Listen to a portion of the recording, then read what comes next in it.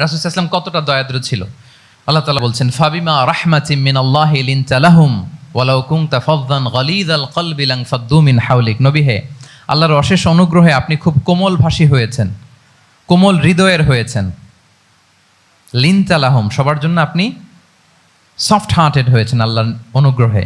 যদি আপনি soft hearted না হয়ে আপনি যদি কঠোর হৃদয়ের অধিকারী হতেন, তাহলে এখন লোকেরা যেমনি আপনাকে ঘিরে রাখে, আপনার চারিপাশে সবাই ঘিরে রাখতো না।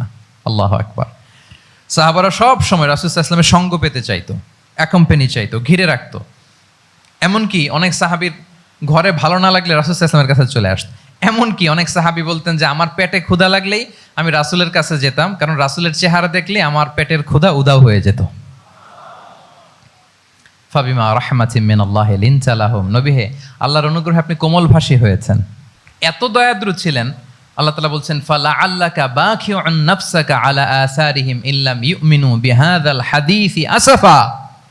রাসূল সাল্লাল্লাহু আলাইহি ওয়াসাল্লাম বারবার মক্কার কুরাইশদের কাছে যেত, বারবার কাফিরদের কাছে যেত, যেন তারা ঈমান আনে, যেন তারা খারাপ রাস্তা ছেড়ে দিয়ে ভালো রাস্তায় আসে। বারবার চিন্তা করতো যে ইস, কেন তারা লা ইলাহা পড়ে না, কেন তারা সত্যের পথে ফিরে আসে না। হায় রে, একটুর জন্য তো তারা সামান্য আমার কথাটা শুনলেই তো বেঁচে যেত, ইস একটু আমার কথা মানলেই তো জাহান্নাম থেকে বেঁচে যেত। এরকম অস্থির হয়ে তাদের পেছনে ছুটতেন। আল্লাহ তাআলা বলেছেন, নবী হে, আপনি ওদের পেছনে ছুটতে ছুটতে আপনি তো নিজেকেই শেষ করে দিবেন। বাখিউন নাফসাক, আপনি তো নিজের দিকে খেয়াল করছেন না, নিজের শরীরের দিকে খেয়াল করছেন না, নিজের স্বাস্থ্যের দিকে, সময়ের দিকে। আপনি পাগল পাড়া হয়ে তাদেরকে বাঁচানোর জন্য ছুটছেন।